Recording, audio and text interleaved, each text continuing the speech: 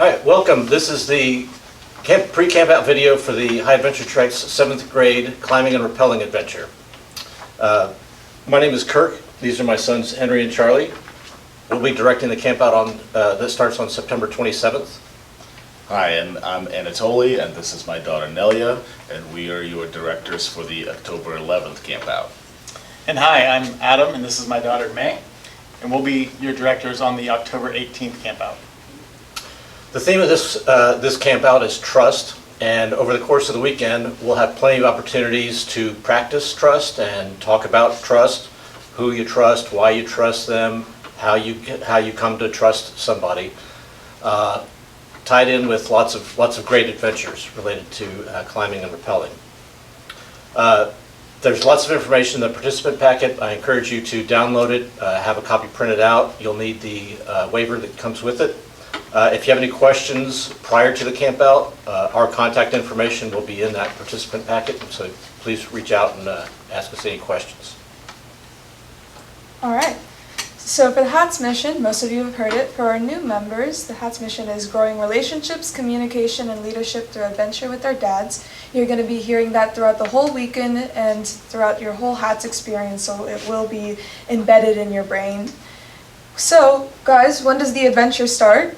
Right now. Yeah, the adventure starts now, so now's the time to start picking your menu, planning your supplies and what you're going to pack, and setting goals throughout the weekend together. This is a dad and daughter, dad and son adventure. You want to do everything together. So what are our goals for this weekend? We want 48 hours for you to focus on quality time with your dad and daughter or daughter to son. And you want to learn the importance of skills related to learning to trust others and learning how to decide who you can trust. How you can become trustworthy to others and use your relationship with your dad to help you pick those that you can trust. Continue on very exciting journeys and growing your relationships. That's a very important goal. And now we're going to talk about the non-negotiables. Right, thank you, Nelia. So in order for us to deliver on these goals, we have a certain set of rules, non-negotiables, to help us do that. Our first rule is the 18-inch rule. We're not going to be going around with a measuring tape, but we want dads and daughters and dads and sons to be together and to work on activities together, overcome challenges together. It's so that you can build your relationship and work on your communication, but it's also a safety thing. Because especially at this camp out, there's a lot of uneven ground as we do our hikes and various other hazards. So stay together. That's our first rule. Next one is no alcohol. If you are new to HATS and have been part of other organizations, it's usually a rule for other organizations, but those kind of turn the blind eye to this rule.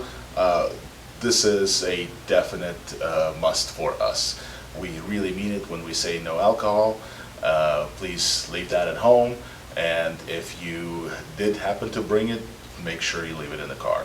So definitely none of that. And also no RVs, probably not going to be an issue at this camp out because of the nature of the actual camp out area. But also no firearms. It's a safe area. There are rangers there, and firearms can be a distraction for dads, as our next non-negotiable, which is no pets, can be for daughters and sons. So no pets, no firearms. And most importantly, no electronics, because we don't want that to be a distraction. Not only that, there's hardly any phone signal, so chances are you will not be able to get any reception soon after entering the wildlife refuge. Also, lastly, no leaving early, and if you do have to leave early, please tell one of the directors or a mentor that something came up. We understand things do happen, but especially if it is planned, let's work together to come up with a plan so that you leaving is not a distraction for the campers who are still involved in the activities. All right, thanks Anatoly. So now we're going to talk about safety. So I have a question for everybody. Where does safety start? With me. That's right, it starts with me. So we're responsible for our own safety, looking out for each other, watching our dad and son, dad and daughter teams, and being there for one another. So Anatoly mentioned the 18-inch rule, so it's also a safety thing. So we stay with our dads and children just to keep an eye on each other. Sons and daughters, look out for your dad. The only thing in HATS that really trumps our mission is safety. So we take it very seriously. Included in that on this camp out is we have a climbing team that has been certified by a nationally recognized group, and they've also been approved by the Wildlife Refuge. So during the climbing, they are in charge, and we will follow their instructions. All right, a little more on safety. Our very important safety item on this camp out and all camp outs is to stay hydrated. You need to be carrying your water bottle with you all day and drinking at least 2 liters of water every single day. And our hydration will start before the camp out, so please make sure while you're packing and planning and driving up there that you're still staying hydrated even though you're technically not on the camp out yet. Also, you need to be wearing sunscreen. Reapply throughout the day. We're going to be out in the sun a lot, especially with the hills and climbing. You don't want to get sunburnt or sun poisoning. It sucks.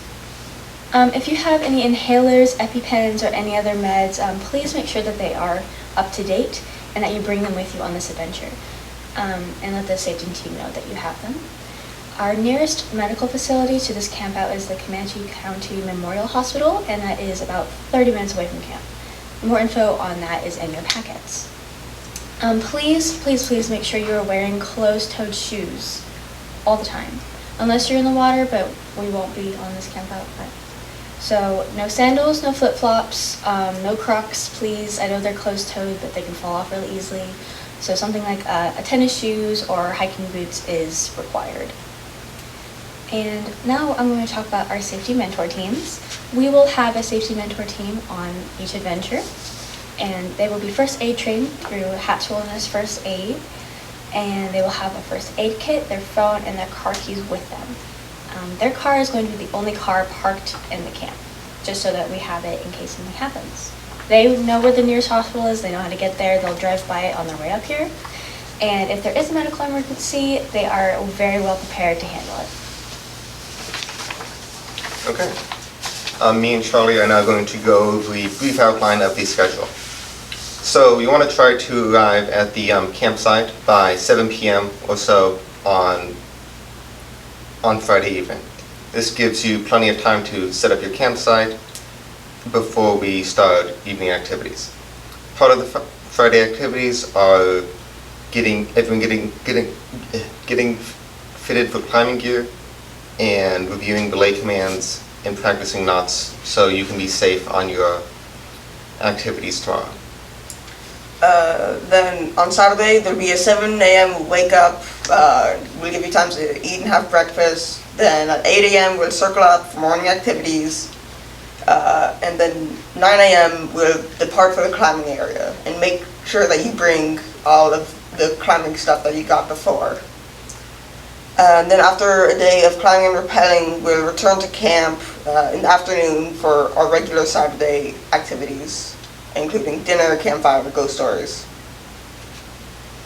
And Sunday we also have normal morning activities, bigger questions, and we're going to finish by 11:30 a.m.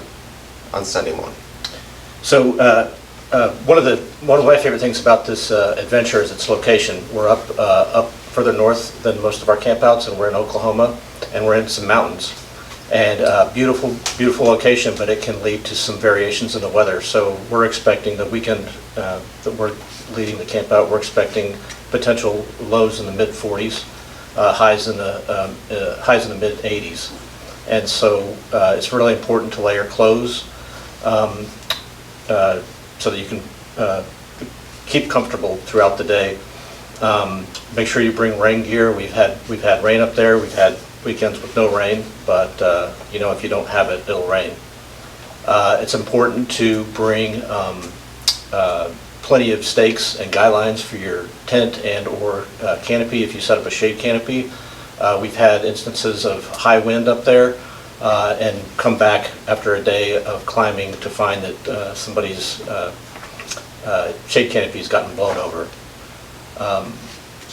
As I mentioned, it can get down pretty cool in the evenings, so make sure your best practice is to have a sleeping bag that's rated to 35 degrees. We've had success with sleeping bag liners. That'll usually add 5 degrees or so to your sleeping bag.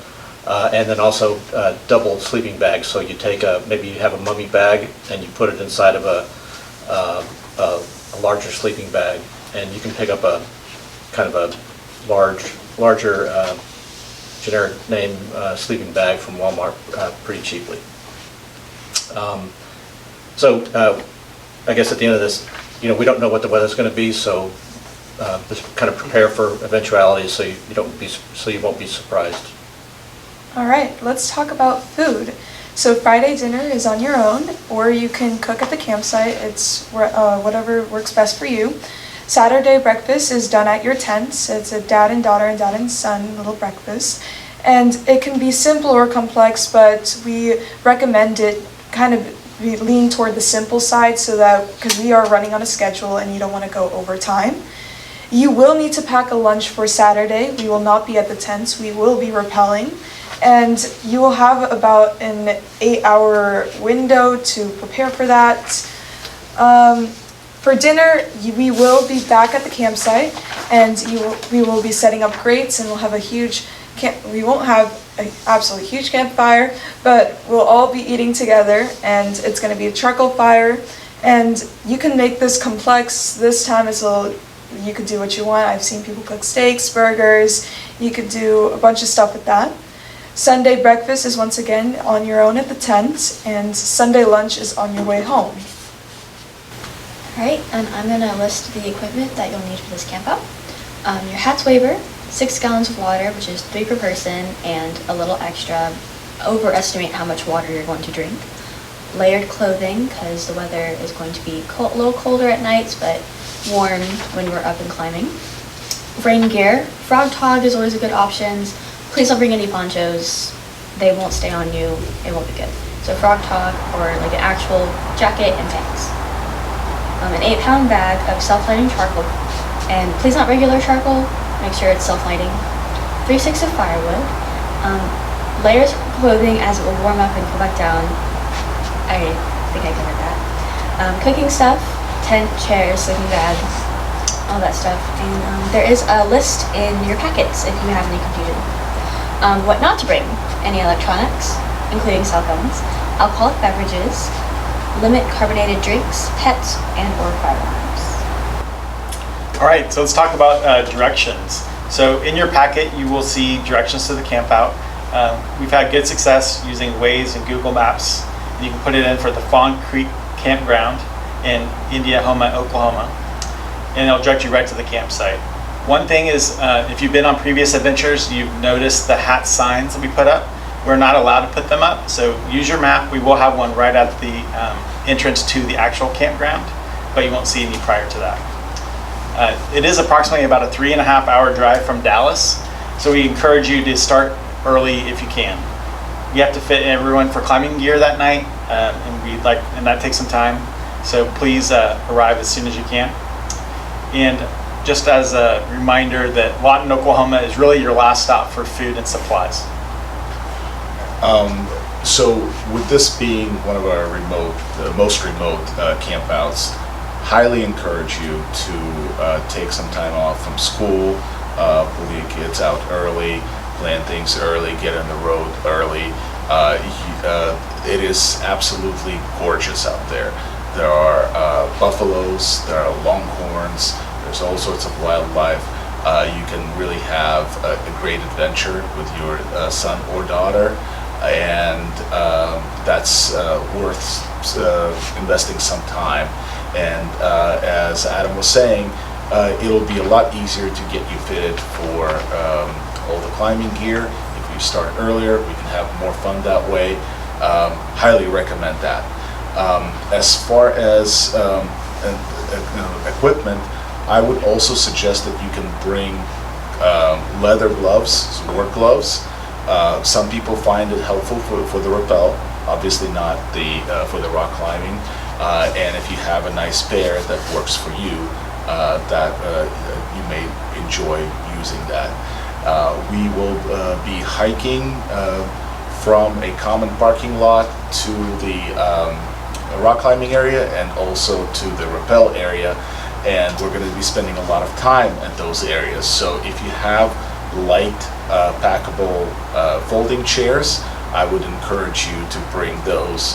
You can make good use of them at both of those locations. That covers it. Yeah. Yeah. So, like I mentioned earlier, this is one of my favorite camp houses. The location is gorgeous and plenty of opportunities to challenge yourself, to grow, to develop your relationship with your dad. So I encourage you guys to get ready right now and look forward to having a great trip. Anybody else? Absolutely. We look forward to camping with you and being your directors. Thank you very much. If you have any questions, please do reach out.